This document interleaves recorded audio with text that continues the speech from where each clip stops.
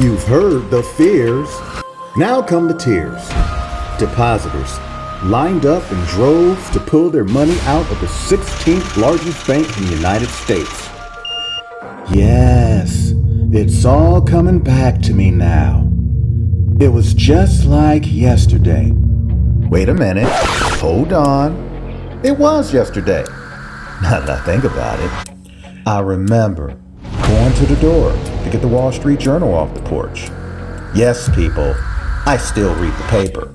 How else am I supposed to stay in the loop, yet at the same time give my eyes a break from looking at computer screens all day? Come on, people. Anyway, where was I? Oh yeah, I unrolled the paper like some ancient scroll of doom. There, on the front page. I just stood there in utter shock. My wife came downstairs shortly to have her coffee and caught me red-handed in the act of staring into space. What's wrong? She asked me. Alice, I said, I think we need to turn on CNN. How do I work this remote again? Anyway, that's a different story. On the front page of the paper was the following headline: Tech bank fails, rattles markets. Whatever could they be talking about? I probably asked myself in that very moment. Well, as it turned out, a rather large, though they referred to themselves as small, bank in Silicon Valley was taken over by the Fed. Serious stuff, right? I don't know about you, but anytime I read or hear about anything with the word Fed in it, it gets my undivided attention, let's just say. So the stock market shook, companies shook, a whole lot of shaking going on. Signature Bank, another bank, except that one dealt a lot with crypto, also fell. So, what's next? Are we in a recession finally? Only time will tell. But the one big question that I am sure is on everyone's mind right now is, will the housing market crash in 2023? And the big one, is 2023 a good time to invest in real estate? Well, though I'm not a fortune teller and never claimed to be one, I will say that history has shown us all how big bank failures in a housing market can indeed be a recipe for disaster. You've just turned into Select TV, the real estate investment channel for the little guy or girl. And today we're going to do a little diving into what went wrong in the Valley of Dreams and how it could potentially affect not only this country, but the rest of the world as well. Yet after every rainy day comes a sunny one. So I've got to address the potentials here of how to turn lemons into lemonade, as they say. In other words, how money can still be made regardless of whether we're riding a bull or racing for your life Charlie Browning, trying to get away from that bear. Let's get started.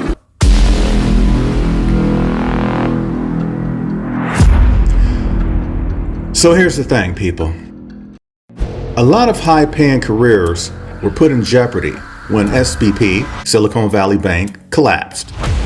Though the executive members of this institution dressed themselves up as a small community bank, the truth is they were much larger, according to their assets. Many startups as well as established companies went to this bank for loans.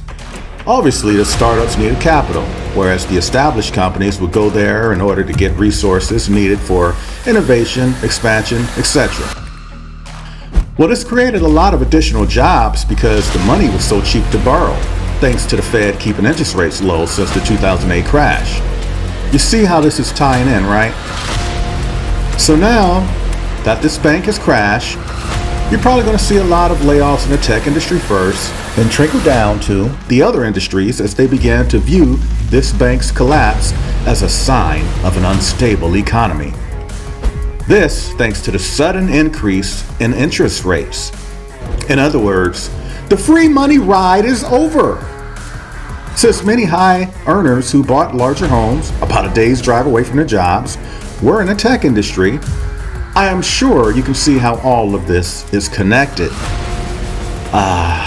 If we could only just bring back the good old days when employees just wanted to work from home. Many people fought against the machine as they demanded to not return to the office. Some compromises were in order as companies began allowing a hybrid system where employees can work from home as long as they reported to the office once or twice a week. Now, however, some of those same companies are flat out laying off these employees as companies like Microsoft, Google, Meta, Amazon, etc. scale back on spending due to the recent rate hikes in lending. Unfortunately for us, this bank collapse, along with possibly others on the horizon, is going to affect more than just the tech sector. It's going to affect everything. This could even have the opposite effect of what the Fed is trying to accomplish by hiking interest rates, which is to tame inflation. Even real estate will be and has already been affected by the Fed raising rates so quickly. In fact, as of March 22nd of 2023, CNBC reports that the Fed's just hiked rates an additional quarter percentage point.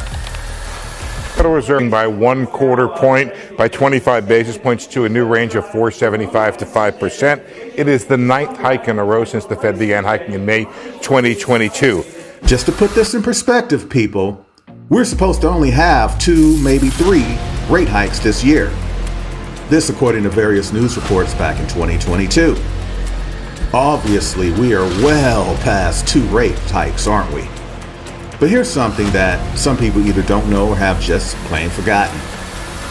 The Fed had already been caught in interviews making statements that the only way to get out of this world of inflation we currently find ourselves in is to force a recession. So in other words, some people have to lose their jobs in order for the rest of the world to go back to normal. If there's one thing the pandemic showed me, however, was that we as humans are resilient. Instead of saving money, we spent it like water. In fact, the only reason why we're able to save anything at all was thanks to the government continuously pumping money back into the economy. But as a whole, we never stopped buying homes. We never stopped traveling.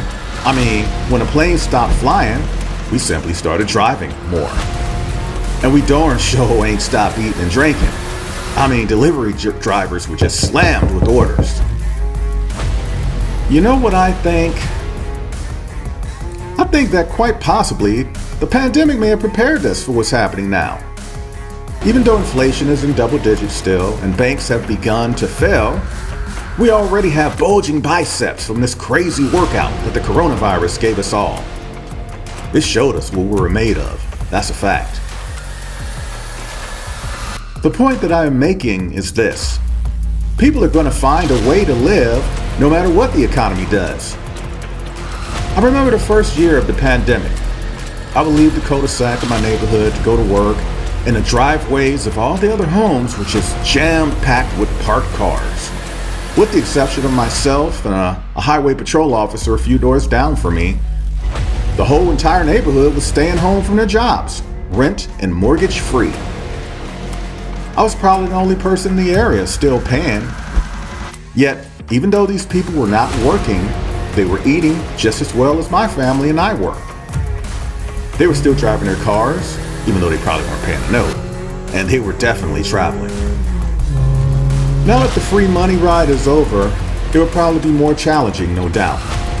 Yet, I have seen firsthand how people can live their lives regardless of the circumstances. So, is the real estate market going to crash? I mean, after all, it did crash when Lehman Brothers went under. Remember that? And if the market is really going to crash here in 2023, is it still a good time to invest in real estate? Well, that will more than likely depend on a few things here. One of them being what market you're in. For instance, if you invested in real estate in a less desirable country, let's say, where not too many people are flocking to, quite possibly your investment could be affected by these recent events. Yet here, in the U.S., United States, you have to keep a few things in mind. Number one, millions of people come to the U.S. every year. many of whom decide to take up residency once they get here. 2. The availability of homes for these people, as well as for those who already have been living here, is slim at best. In fact, according to HousingWire.com, only 6.8 million homes were built between 2010 and 2019. Then 2020 happened, and we all know how that affected the pace at which homes could be built, thanks to slowdowns at the ports. 3. There are tens of millions of people in the U.S. who want to buy a home within the next year or so. And it's not like the millions who are coming to the U.S. every year are going to stop coming on account of the people already here trying to purchase a home. No, that's not going to happen. Number 4. The 2008 crash left a sour taste in the mouths of builders and investors alike, so they simply slowed down in building homes, which left a huge deficit, of course. The last thing I want to mention in this regard is number 5. Millions of current homeowners have very little initiative to sell due to the fact they either bought their homes at very low interest rates or they don't want to pay 100 times more for a home when they could very well just keep the one they already have. Their decision is based obviously on what some would consider the wildest price hikes we've ever seen in history. Of course, I was exaggerating with the 100 times more thing, but you get my point, I am sure. So, are recent bank crashes going to cause the housing market to crash as well in 2023? Is it wise to invest in real estate in 2023? To both of these questions, I say yes and yes. There will indeed be a crash, but it will be nowhere near as bad as the one in 2008. It will be more like a soft landing, a price correction, if you will. As for investing in real estate during this time, well, the math strongly indicates that you continue in this. Don't forget to hit thumbs up and hit the bell to subscribe. This has been another video brought to you by Select TV, a leader in real estate investment strategies for the average Joe or Jill. Take care.